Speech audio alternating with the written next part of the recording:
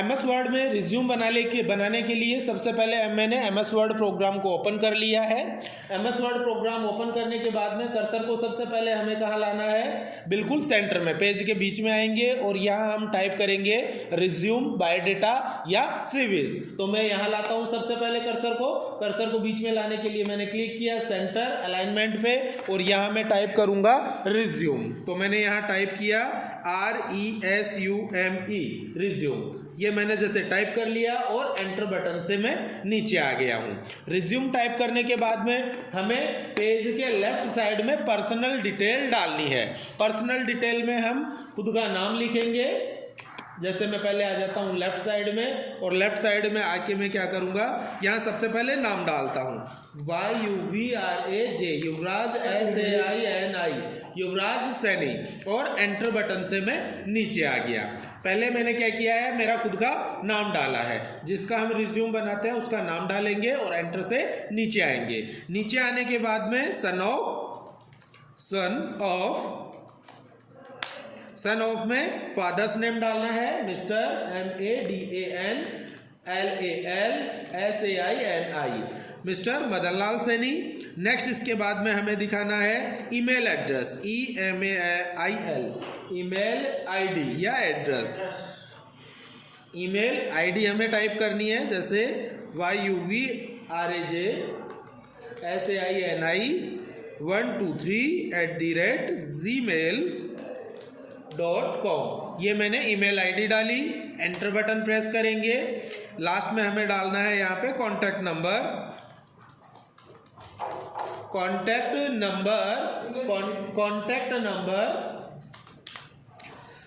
1234567890। ये जैसे मैंने 10 अंकों का कॉन्टैक्ट नंबर डाल दिया है। जो भी कॉन्टैक्ट नंबर है वो कॉन्टैक्ट नंबर हम यहाँ पे टाइप कर देंगे।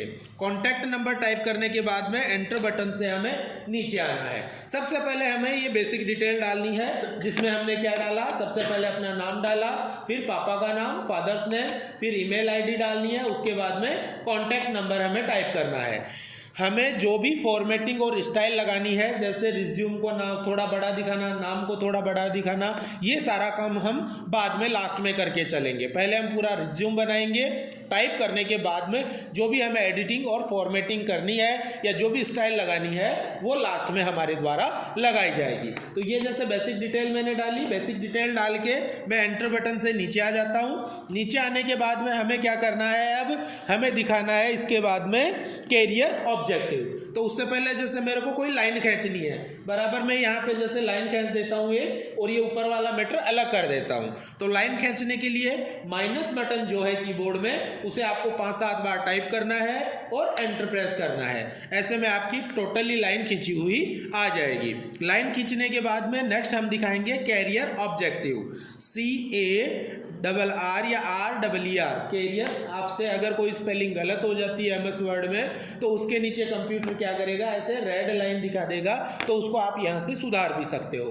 तो मैंने अभी लिख दिया है जैसे career objective, JECTIVE, career objective मैंने दे दिया। ये आपका क्या है, हेडिंग है। मैंने बताया हेडिंग्स वगैरह को जो स्टाइल लगाना है या जो फॉर्मेटिंग लगानी है वो हम लास्ट में लगाएंगे। तो एक बार मैंने कुछ नहीं किया, मैंने लिखा हेडिंग और एंटर बटन से मैंने पैराग्राफ चेंज कर लिया।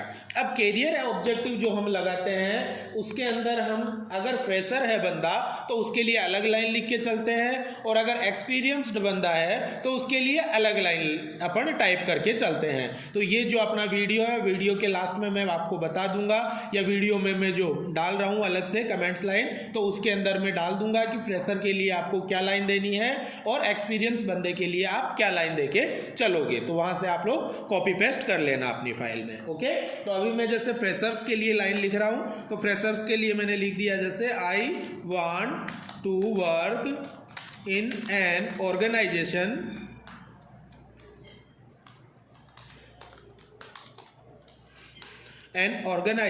where I get to learn, grow and have opportunity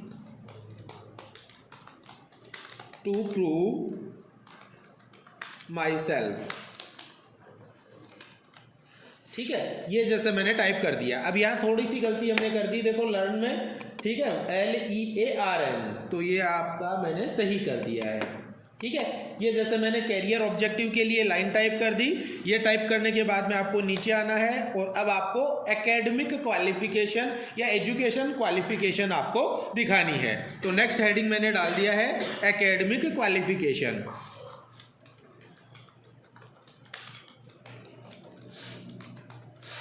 academic qualification मैंने हेडिंग डाली और पैराग्राफ चेंज कर लिया है। अब यहाँ आप जो एकेडमिक क्वालिफिकेशन है वो दो प्रकार से दिखा सकते हो। एक तो बेसिकली आप टाइप कर सकते हो कि मैंने जैसे टाइप किया 10, ठीक है, फिर टैब बटन से मैं थोड़ा आगे आ गया, फिर यहाँ मैंने दिखा दिया बोर्ड, जो आपका एजुकेशन बोर्ड है, जैसे मैंने दे दिया CBSE, ठीक है, CBSE, ठीक है। अगर RBSE है तो RBSE राजस्थान बोर्ड है आपका, तो RBSE हो गया, बिहार बोर्ड है तो BSE हो गया, ठीक है। तो उस हिसाब से आप दिखा देना। नेक्स्ट आप परसेंटेज दिखा दो, जैसे 56% बनी है तो मैंने दिखा दिया 56%। नेक्स्ट आप टैब बटन में काम में ले रहा हूँ कीबोर्ड में से, ठीक है, टैब बटन से और थोड़ा आगे आ गया और यहाँ जैसे साल दिखा दिया 2010 में या 2001 में जैसे कंप्लीट हुआ है, तो वो मैंने ईयर दिखा दिया। फिर एंटर से नीचे आऊँगा, फिर मैंने जैसे 12th दिखा दिया, 12 मैंने टाइप किया, फिर वही जैसे CBSE परसेंटेज जैसे 75% है, ठीक है। CBSE के अंदर परसेंटेज नहीं चलती है, ग्रेड चलते हैं, A+ grade, A grade, B+ grade, B grade, ठीक है। वैसे मैंने परसेंटेज दिखाया है, CBSE के अंदर क्या चलता है, ग्रेड चलते हैं। फिर आगे आ गया ईयर, जैसे दिखा दिया 2003 मैंने दिखा दिया।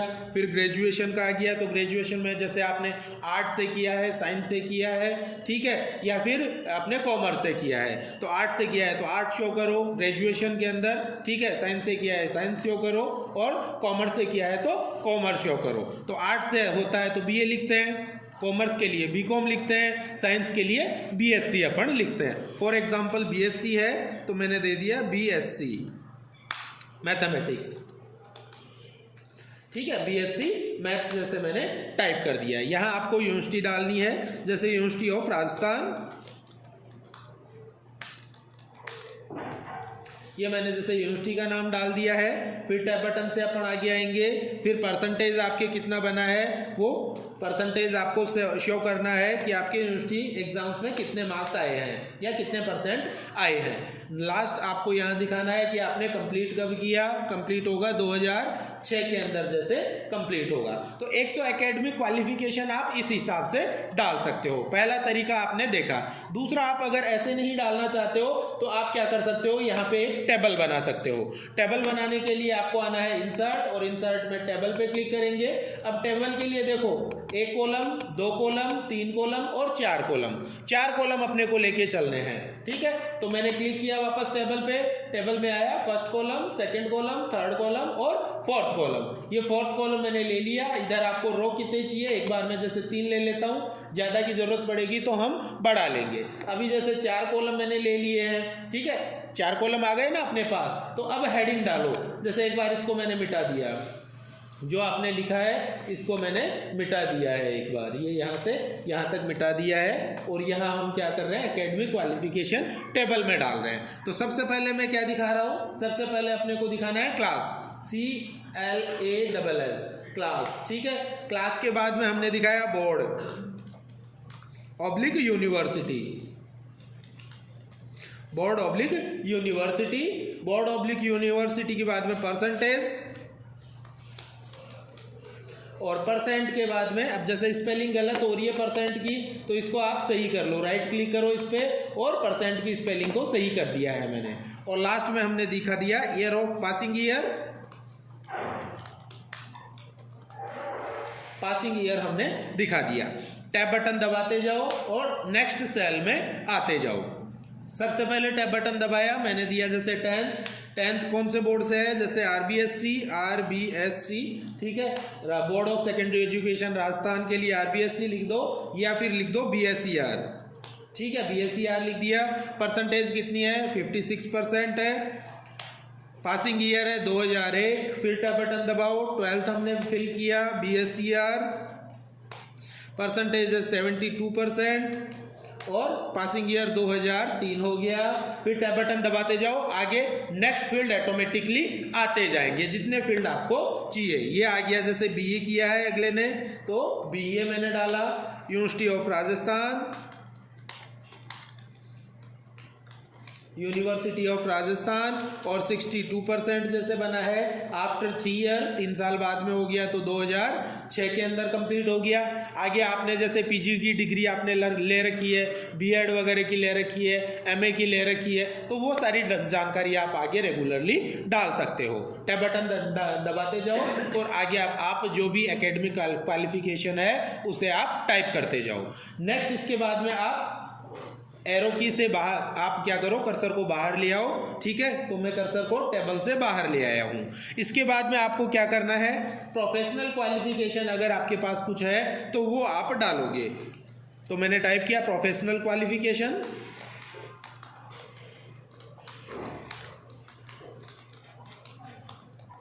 प्रोफेशनल क्वालिफिकेशन हमने टाइप किया। अब प्रोफेशनल में जैसे अपने पास क्या है, प्रोफेशनली जैसे अपने को आता है, जैसे डाल दिया मैंने, एक तो आपका ये कोर्स डाल दिया है, कौन सा कोर्स है, जैसे पीजीडीसीए का है, तो मैंने डाल दिया PGDCA.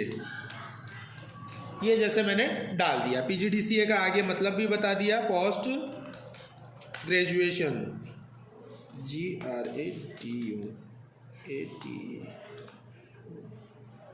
in diploma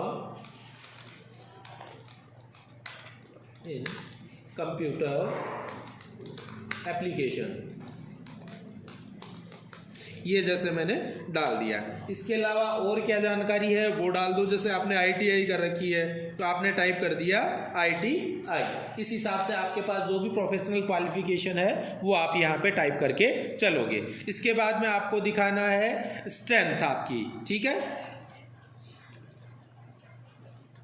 strength,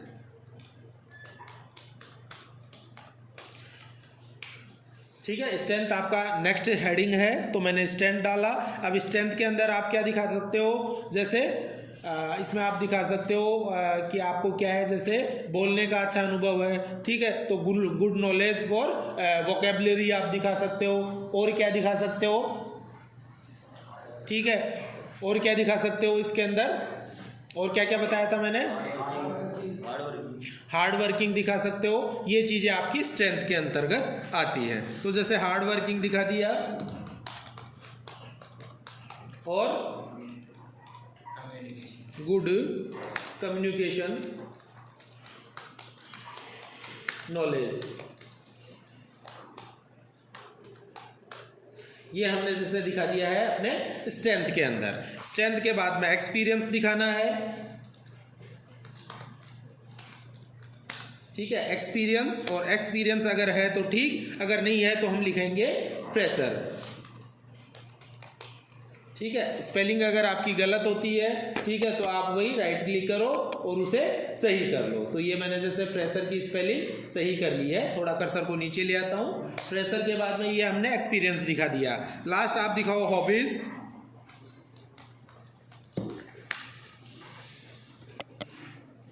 spelling गलत होती है, वही आप स्पेलिंग सही कर लो। हॉबीज में जो भी आपको अच्छा लगता है वो आप डाल दो, जैसे sing song and play cricket. ये जैसे मैंने नॉर्मली कोई हॉबी डाल दी है।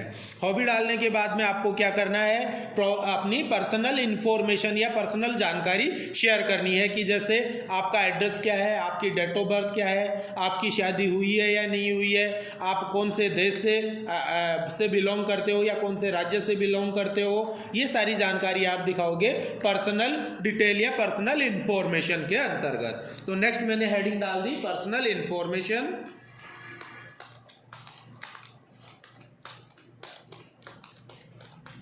Personal information.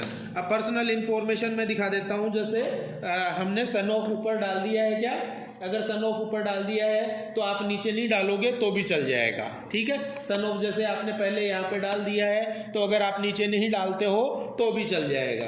तो जैसे मैं नीचे नहीं डाल रहा हूँ पर्सनल इन्फॉर्मेशन में सन ऑफ, सीधा डेट ऑफ बर्थ दे रहा हूँ, डेट ऑफ बर्थ, ये हम डेट ऑफ बर्थ दिखा रहे हैं। टैब बटन से थोड़ा सा आगे आ जाऊंगा और यहाँ मैं जैसे डेट ऑफ बर्थ दिखा देता हूँ, 1/1/1980, 90, 85 जो भी है वो हम यहाँ पे डाल देंगे। एक्चुअल डेट ऑफ बर्थ अपने को डालनी है जो आपके 10th की मार्कशीट में है या डॉक्यूमेंट्स में अवेलेबल है, वो डेट ऑफ बर्थ डालेंगे।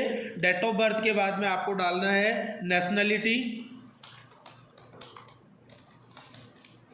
नेशनलिटी के बाद में नेशनलिटी अपनी क्या है, जैसे इंडियन, इसके बाद में INDIAN, इंडियन। इंडियन को ये गलत बताएगा एक बार, कोई बात नहीं है, ठीक है ना, एक बार गलत बता देना दो, सही कर लेना और नीचे आ जाओ। नेशनलिटी के बाद में आप दिखाओ रिलीजन। यहाँ आपको ध्यान रखना है कि अगर कैप्स लॉक में आप लिख के चल रहे हो, यानी कि कैपिटल लेटर्स में लिख रहे हो, तो पूरा कैपिटल लेटर्स में लेके चलो। बाकी आपको कैपिटल लेटर्स में नहीं लेके चलना है, सेंटेंस केस के अंदर लेके चलना है कि जिसमें पहला अक्षर आपका बड़ा रहेगा, बाकी सारे अक्षर छोटे आएंगे। ठीक है, तो नेशनलिटी डाला, नेशनलिटी के बाद में रिलीजन,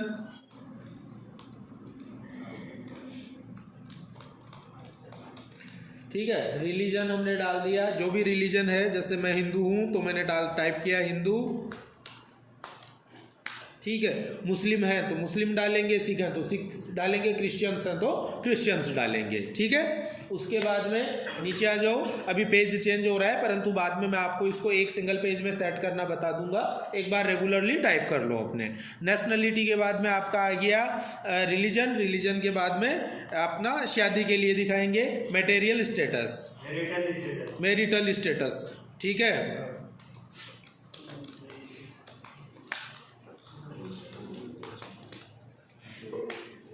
कि भाई आपका ब्याह हो रखा है या नहीं हो रखा है, स्पेलिंग गलत है तो उसे सही कर लेना। मैं तो बेटा लखन से तारा, ठीक है, जैसे मैरिड हूं मैं, ठीक है, तो मैंने डाल दिया है मैरिड, ठीक है। इसके बाद में आपको डालना है लैंग्वेज नॉन,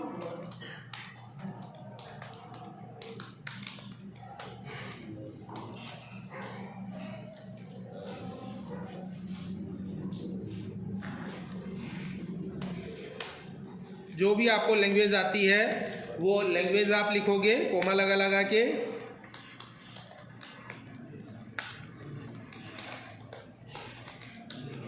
जो जो लैंग्वेज आती है वो लैंग्वेज हम टाइप करेंगे। लैंग्वेज टाइप करने के बाद में ये, हाँ, आपकी ये कहानी खत्म हो गई है। एक एड्रेस और दिखाना पड़ेगा, सॉरी, एड्रेस आपको दिखाना है। अब एड्रेस जैसे जो भी है वो आप डाल दो, जैसे मैंने डाला A24, ए को बड़ा देना है यहाँ एड्रेस में, राज विहार, श्री माधोपुर, डिस्ट्रिक्ट सीकर, कोष्टक में राजस्थान दे दिया और आगे पिन कोड भी दे देता हूँ 332715। ये जैसे मैंने कम्प्लीटली एड्रेस शो किया है। एड्रेस आपको पूरा दिखाना है जिसमें आपके पहले डाणी का नाम है या वार्ड का नाम है, फिर गांव का नाम है, ठीक है ना, पोस्ट ऑफिस कौन सा लगता है, तहसील कौन सी लगती है, जिला कौन सा लगता है, राज्य कौन सा लगता है, और साथ में पिन कोड आपको दिखाना है। ओके, इसके बाद में ये आपने पर्सनल डिटेल्स कंप्लीटली दिखा दी है या पर्सनल इन्फॉर्मेशन दिखा दी है। पर्सनल इन्फॉर्मेशन दिखाने के साथ साथ आपका जो रिज्यूम है वो कंप्लीट हो चुका है। अब आपको सिर्फ एक लाइन यहाँ और दिखानी है, वो है डिक्लेरेशन की। डिक्लेरेशन का मतलब क्या होता है कि आपने जो भी ऊपर वाली सूचनाएं डाली है या आपके द्वारा जो भी सूचना रिज्यूम में डाली गई है वो सब सत्य है और सटीक है। उसके लिए आपको क्या करना पड़ता है, डिक्लेरेशन लाइन लिखनी पड़ती है। तो मैंने डिक्लेरेशन लाइन डाली,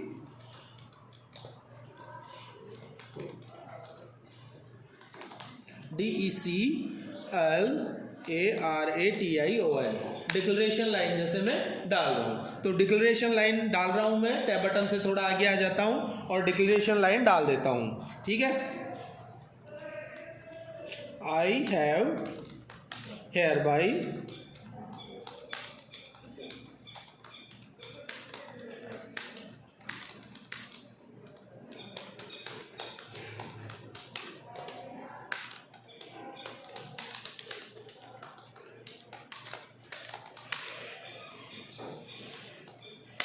to the best of my knowledge। यहाँ मैंने डाला है I have hereby declared that all the information is true and correct to the best of my knowledge। यानी कि ऊपर जो भी सूचनाएं डाली हैं वो सत्य हैं और सही हैं मेरी नॉलेज के अंदर। तो ये मैंने डिक्लेरेशन डाल दी। डिक्लेरेशन डालने के बाद में लेफ्ट साइड में, यहाँ पेज के लेफ्ट साइड में आप दिखा दो पैलेस और डैड, और राइट साइड में आपको सिग्नेचर लाइन सेट करनी है। तो यहाँ मैंने डाल दिया पैलेस और डैड। ओके, पैलेस और डैड के लिए जैसे आपने जगह दिखा दी है। और इसके राइट साइड में आपको आना है, टैब बटन से राइट साइड में आ जाता हूं, और यहां जैसे मैंने जगह छोड़ दी है सिग्नेचर के लिए।